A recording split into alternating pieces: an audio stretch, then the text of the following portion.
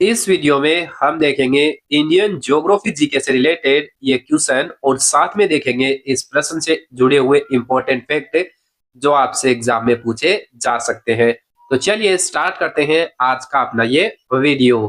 Question number 10। Ghaghara नदी गंगा की किस प्रकार की सहायक नदी है?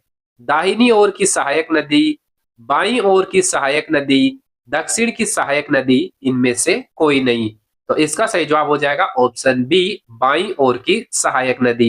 ये जो घाघरा नदी है वो गंगा की बाईं ओर की सहायक नदी है। इसके बाद में देखते हैं इस प्रश्न से जुड़े हुए कुछ इंपॉर्टेंट फैक्ट। सबसे पहले आपको पता होना चाहिए कि घाघरा नदी का उद्गम कहां से होता है, तो जवाब हो जाएगा तिब्बत से। और तिब्बत में भी कहां से? माउंट गेसोंगडोंग हिमनद से। इसके बाद में इसको नेपाल में क्या कहा जाता है? घाघरा नदी को कर्णाली नदी। और इसकी कुल लंबाई है 1080 किलोमीटर, जिसमें से भारत में कितनी लंबाई है? तो ध्यान रखना है 507 किलोमीटर। इसके बाद में आपसे पूछा जा सकता है कि घाघरा नदी भारत के कौन कौन से राज्यों में बहती है?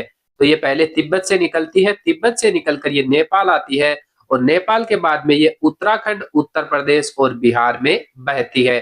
तो ध्यान रखना है भारत के 3 राज्यों में ये बहती है, जिसमें उत्तराखंड, उत्तर प्रदेश और बिहार राज्य शामिल है। इसके बाद में इसकी सहायक नदियां कौन कौन सी है? छोटा राप्ती, शारदा, लंकती। ये जो नदियां है इसकी सहायक नदी है। और इसका विलय किसमें होता है? गंगा नदी में होता है।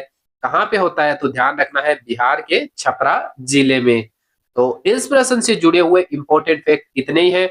अगर आप इंडियन ज्योग्राफी जीके से रिलेटेड इस टाइप के और वीडियो देखना चाहते हैं तो चैनल को सब्सक्राइब जरूर करें।